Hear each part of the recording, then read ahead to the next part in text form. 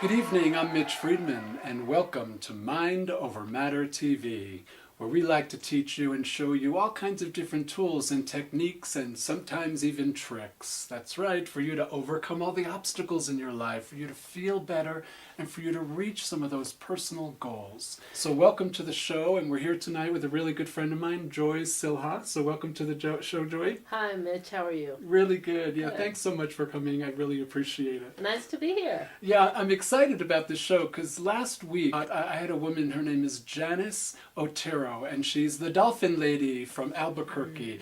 And we talked about how the energy in dolphins actually shifts people's emotions and how they're so healing. She calls them the ambassadors of healing for the oceans. Nice. So it was so intriguing. And I know in the past I've done a little bit of work with horses and children. And Joy has a great company called Awaken Your Inner Cowgirl. And I totally love that. And we actually met because we kept our horses together at the stables. So I'm totally into talking about the horses and how horses, I know there's a guy on, I was Googling on YouTube, and this guy, his name was Franklin, and he came up with a great YouTube clip of working with this like 7 or 8 year old boy that had autism. And one of the things that really amazed me or impressed me about his chat was that he said that just being around horses actually changes our brainwave patterns, which I thought was so amazing, you know? Yeah, that is. So let's talk about what you do. What is your inner cowgirl? What do you mean by that? Well, I think cowgirl, first of all, is a great American metaphor, icon. And I don't know, but I think so many women tell me that when they were little girls, they wanted to grow up to be cowgirls. And I think what cowgirls represent in our culture is independence, freedom, bucking the rules, doing it your way, being able to express who you really, really are and what you really love, and following your passion. And so that metaphor of a cowgirl, a lot of people resonate with. I do. And a lot of people resonate with it because it represents that part of us that just wants to be real and authentic. And that's the cowgirl. So an inner cowgirl is, let's bring it on. It's really fun to hear you talk about cowgirls like that, because I had the same experience when I was a kid about cowboys. Like just the word cowboys and Indians, it was everywhere. It was all I could think about. So I could totally relate, and it was all about all those same things, freedom, and I loved how you said bucking the system, I think is how you bucking said the it. rules. Bucking the rules. Yeah, So yeah. what a perfect... But part of my inspiration for this was when I was a young girl, I used to have this recurring dream about riding a golden palomino through like this beautiful field with the sagebrush and the dust and everything. And I lived in the suburbs of New York. I grew up in a working class family. There was no way that I would have had access to a horse or any of this. So this was like a dream. And it really drove my life because I kept having this dream through my whole life of riding this horse. And today I ride a golden palomino. I know, as you're saying that, I'm like, God, is that too perfect or what? Yeah. Yeah, so that was part of my inspiration of using the cowgirl in this way because it meant so much to me. It meant really following my passion. And I think a lot of women feel that about cowgirl. And also the paraphernalia, the boots, the hat, the jewelry. It's kind of fun. It is fun. It is fun. And you know, I know so many people who just go riding, they don't really get that whole experience of what it's like to have some kind of an emotional bond, I guess, with your horse. Yeah. Well, I actually think that's part of why I use horses in coaching. I use horses in my coaching because the whole thing about using horses is about energy. And it's all about the energy we project and the energy of the horse. And using a horse in coaching, the horses pick up things that we don't even know we're communicating. We could be putting out something and we don't even realize what we're saying. We're not congruent. In other words, our words often don't match what's going on inside. But the horse picks up what's going on inside. They're not interested in words. They don't. You can't say, talk to the horse and have him understand your words. But he understands energy. And that's a lot of what it's about. Yeah, I use horses.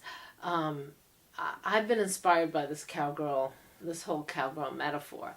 And, what would a cowgirl be without her horse?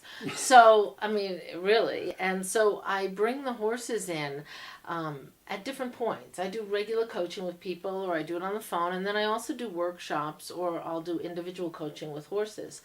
And there's a lot of different things that we can learn from horses, and the reason is because they're prey animals and we're predators.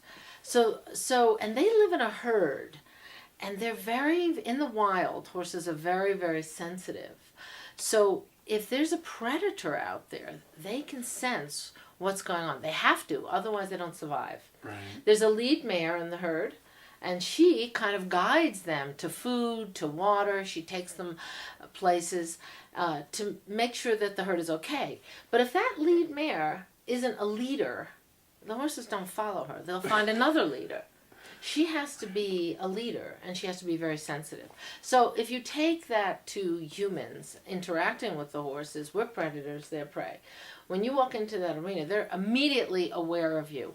I met Ray Hunt, Tom Dorrance, Buck Brannaman. I don't know if you're familiar with any of these guys. The names sound really familiar. They're all natural horsemen, they call them. And what they do is they kind of look at the world through the horse's point of view, and they try to communicate with him. Ray Hunt was the inspiration for the book The Horse Whisperer. The author followed him around for several weeks and watched what he did, Ray and Tom and Buck Brannaman, and watched what he did with horses. So the whole thing is about listening to the horse and trying to communicate. Well, we communicate with words normally, but the horse communicates with energy. So when you're in that arena, you have to communicate with your energy, and that's what they pick up on. So if you walk into that arena and you're terrified, the horse is going to know it. You can't hide. Right. You cannot hide. They mirror our souls. They mirror our spirit, I think. They mirror what is inside of us. And they'll play it back to us. So a lot of the exercises I do are to help people learn about themselves through the horse. The horse is my partner in coaching, basically. They're helping me, and then I talk to people while they're in the arena as well. So I can tell you some exercises we do that might be kind of fun. Well, yeah, I'm really interested. I'm trying to imagine what this would actually look like as you're doing it. So let's start at the beginning. So you do life coaching, right? And part of that we talked earlier is on the phone, and you work with people, and part of it moves. Sometimes it's appropriate to move them into the arena. Like how do you know? How does all that work? And then what does it look like when you get into the arena? Well, I can kind of feel when people are ready, where the horse could help them with an issue that they're having. And there's so many things that you can learn from a horse. So you can learn about fear, your fears. You can learn about boundaries in life. You can learn about how to be a leader, how to communicate better. You can learn about being in the present, which is so important. Because when you're in that arena with that horse, it's you and the horse, and you really can't be operating from your stories of the future, what's going to happen, gee, I'm going to make this happen, or your stories of the past. You can't be beating yourself up.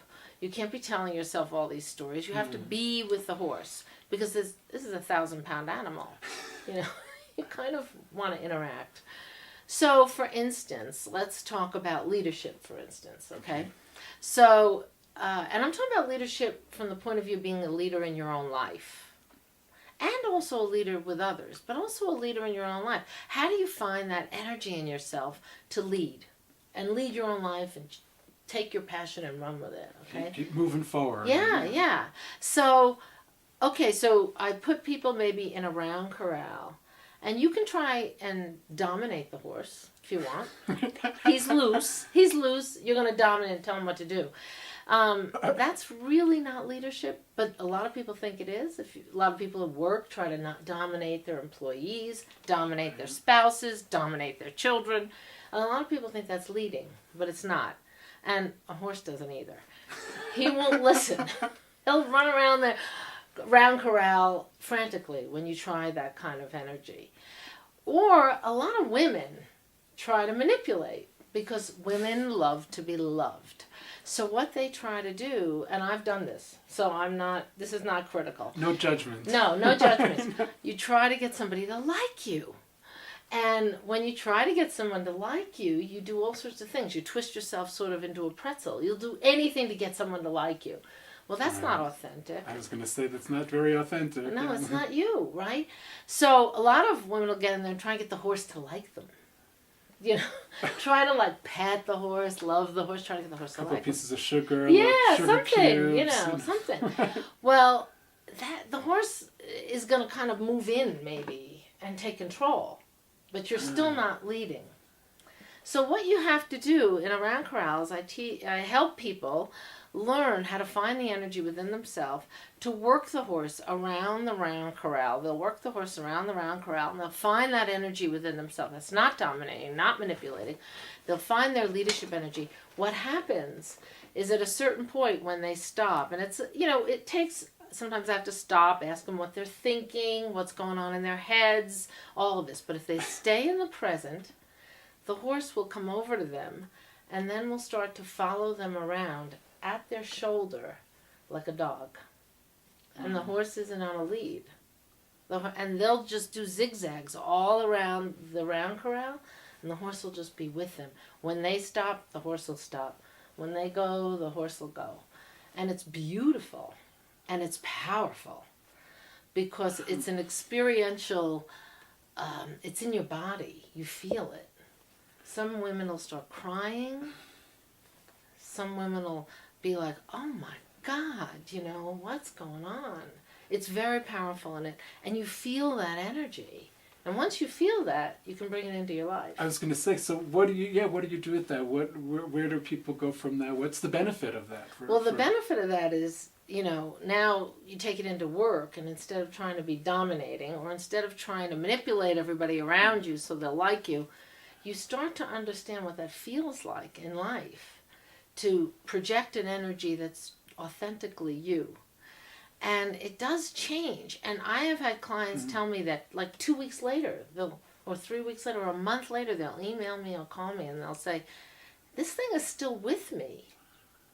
You know, I'm still experiencing this sense of a different kind of power that I have.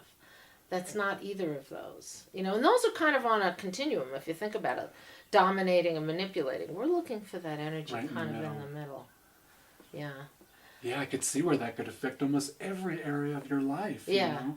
And, you know, one thing that I think is so wonderful that you bring up, and it's so true around horses, is that sense of just being present. Oh, yeah. You know, and I could see where that could create so much healing in itself, is just by people being present, because that's where our power is. That's where we really make choices and find solutions, is in the present moment. And, you know, we all, I don't know about you, but I know about me. A lot of my clients, we beat ourselves up. We would never talk to people the way we talk to ourselves.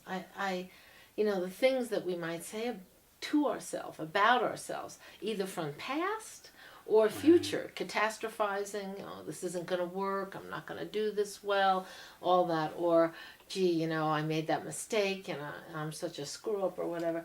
Well, when you get in there with a horse, you know, your thoughts affect your body. So what we think of affects our energy.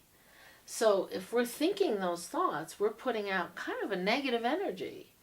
So what you want to do is find that place in the present of just noticing the horse, communicating with the horse, and really being with the horse. And that takes you out of all this chatter in your mind, that monkey mind, you know, and gets you right into the present. And I work a lot in the coaching session with people's thinking. And sometimes people begin to see that they are not their thoughts. So they're not. So the story they're telling themselves isn't really the truth. Right. Really, it's just a story. It's just a story. God, that alone is a big healing right there. Yeah, you know? It's like tell a different story, find a different story. You know, because the thoughts are just the things that run through our head, and we can change them. Yeah, we can change them. What's so cool about what you do too, Joy, is that not only are they changing their thoughts and having this realization, but they're seeing the evidence of it working right there in front of them with this 1,000, 2,000 pound animal right there in front of them. The evidence of changing the way they're thinking and the way they're feeling and getting present. Yeah. is changing. They're seeing the evidence of it right in front Yeah. of them. So that's pretty powerful. And you can't ignore a 1,000-pound animal.